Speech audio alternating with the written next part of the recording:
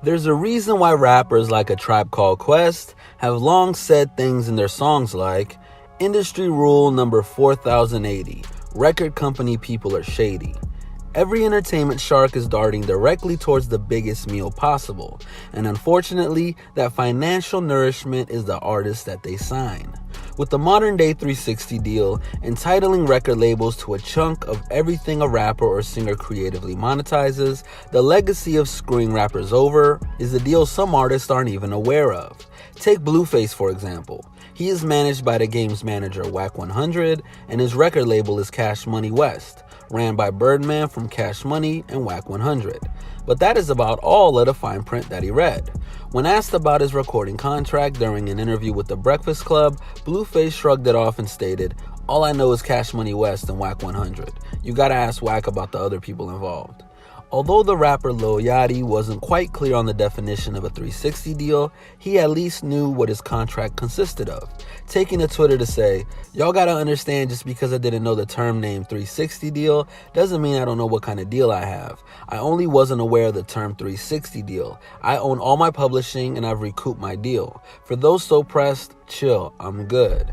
With Blueface and Lil Yachty appearing content with their record deals, there is still a long list of rappers that seem to be sick to their stomach with the companies they signed up with. Remember the time when Lil Uzi graduated from his SoundCloud generation and was enrolled in the 2016 XXL Freshman Class magazine cover, along with other sizable names like Dave East, Anderson .Paak, 21 Savage, and Kodak Black?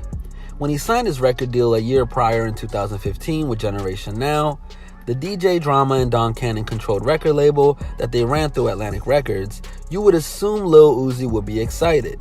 But this union was historically led to complaints year after year from Uzi and publicly expressed discontent from the Philadelphia rapper, even to the extent that Lil Uzi claimed to be signed to Wiz Khalifa's Taylor Gang in 2016, an announcement that DJ Drama promptly shut down as false. There were those mixtapes Love Is Rage, Lil Uzi Vert vs. The World, and The Perfect Love Tape that Uzi launched from Generation Now that lifted him up the elevator of accelerated stardom and streaming numbers. Uzi's debut album was supposed to drop on November 2016, but label tension seemed to be involved when the project wasn't released until August 2017. There were all sorts of conflicting views on the delay. Lil Uzi Vert blamed DJ Drama by referring to him as an old person who doesn't understand what's going on right now. Don Cannon told a Fader 4 months prior to the actual release that the album wasn't ready, and Atlantic Records executive Michael Kaiser seemed to believe that Lil Uzi Vert was a victim of his own hype. Even with the certified platinum success of Love Is Rage 2, Uzi's unbalanced life on his record label continued to bubble up to the surface in the media. Uzi beefed with Rich the Kid for apparently trying to sign him for a meager $20,000. Uzi also took to Twitter advising recording artists by saying this, "And if y'all do sign to a major, don't sign to a rapper or a DJ. It's just easier when the time comes for that fake." After musically going silent and threatening to retire while only 24 years of age, Lil Uzi Vert, who is now represented by Jay-Z's Roc Nation for management, broke out with his first song of 2019 on March 28th, controversially called Free Uzi.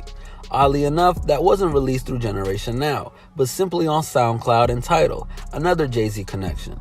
But just because there is no Atlantic Records or Generation Now affiliation advertised with the song release doesn't mean that the rapper and label situation have parted ways amicably with each other. It also doesn't mean that Lil Uzi Vert's record label woes are an isolated occurrence in the music industry. There is an unfortunate list of rappers being outraged by their record label commitments and having full-on fallouts.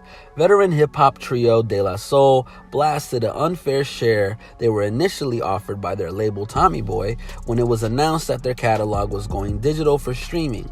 De La's Instagram report read as this: "Dear fans, the music will be released digitally. After 30 long years of good music and paying their debt to hip-hop, De La Soul unfortunately will not taste the fruit of their labor. Your purchases will roughly go 90% to Tommy Boy, 10% to De La.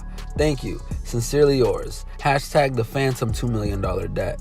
After interviews on mass platforms like The Breakfast Club and public support from Jay-Z and Questlove from The Roots, De La's dollar divvying dilemma made enough of an impact that Tommy Boy held back on moving forward on the streaming situation until further notice. Before Pusha T was the president of Kanye West's Good Music label and a respected spitter who had an incredible gladiator bout of battle with rap star Drake in 2018, Push was 50% of the critically acclaimed duo The Clipse with his brother Malice, who now goes by the more God-driven moniker of No Malice. Their beef with record label Jive went a little something like this. The Clipse were recording their sophomore album, Hell Hath No Fury, towards the end of 2003. When a merger between their original label Arista Records and Jive Records occurred. Album delays began to happen, and Pusha T and No Malice issued a lawsuit against Jive, suing to earn the right to run as far away from the record deal as possible. They kept fans fed with a slew of mixtapes, and the severed ties with Jive wasn't granted until early 2007. 50 Cent wasn't always a TV mogul and savvy multi-million-dollar flipping business investor. He was also a super successful rapper with record label gripes of his own. On March 2014, 50 Cent announced that he would be parting ways with Shady Aftermath Interscope after 12 years on the label. 50 had expressed being unhappy with Interscope and its boss Jimmy Iovine for many years. 50's SMS audio company and his home label's headphone company Beats Audio, ran by Jimmy Iovine and Dr. Dre, had a huge conflict of interest problem, with Interscope allegedly trying to block 50 Cent from using SMS audio products for product placement. 50 Cent addressed the problem lyrically on the G-Unit song Changes with lines like, "All I hear is Jimmy want my to flop. Dre don't care if I blow. Goddamn, all this from selling headphones."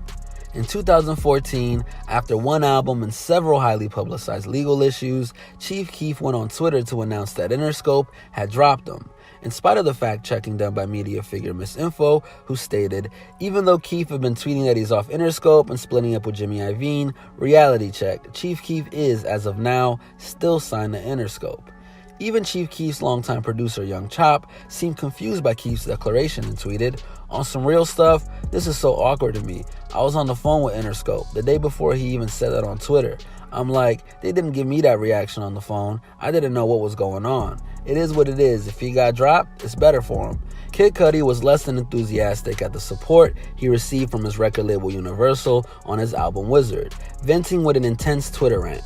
"Oh, just a heads up, my weak-ass label only shipped 55,000 physicals because they treated this like some indie side project tax write-off. So I apologize on behalf of my weak-ass major label, and I apologize for the lack of promo. Again, my weak-ass major label. They try to rush me through this so I can give them another Man on the Moon. But guess what? That. Next album is Wizard. Man on the Moon 3, on hold till 2014, he wrote. Who mad? Not me and that Dot the Genius."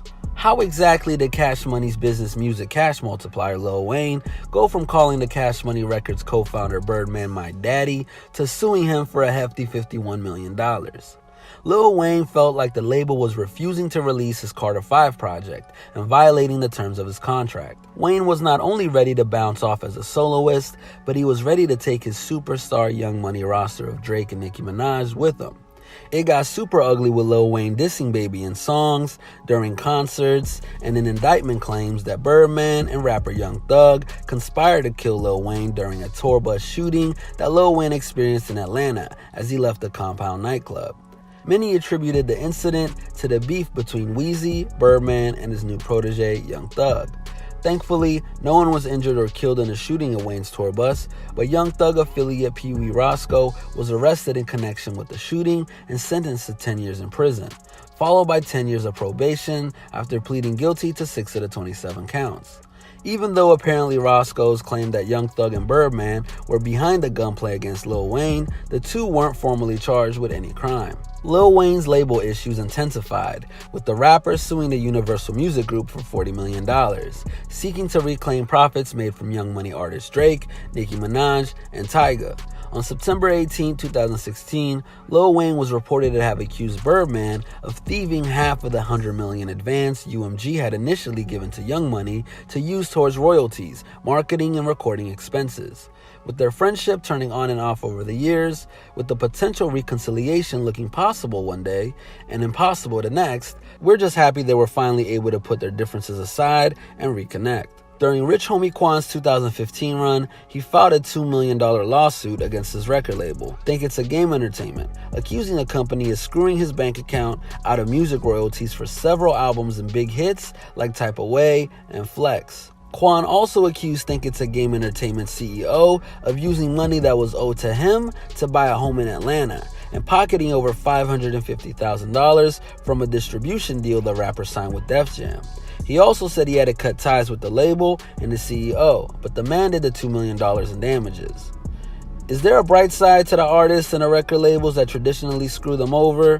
New Jersey rapper Russ has a 50-50 partnership with Columbia Records. SZA managed to get an awesome 70-30 split with RCA Records in her favor, and 21 Savage owns 100% of his masters to his songs. And Frank Ocean seemingly finessed $20 million from the Universal Music Group. The moral of the immoral story of artist exploitation is to know your worth and not settle for anything less. This was a Hip Hop Madness original. Make sure to stay tuned and stay up to date on everything we got going on by hitting that subscribe button and notification bell. Oh, and don't forget to follow us on Instagram at Hip Hop Madness and join the movement.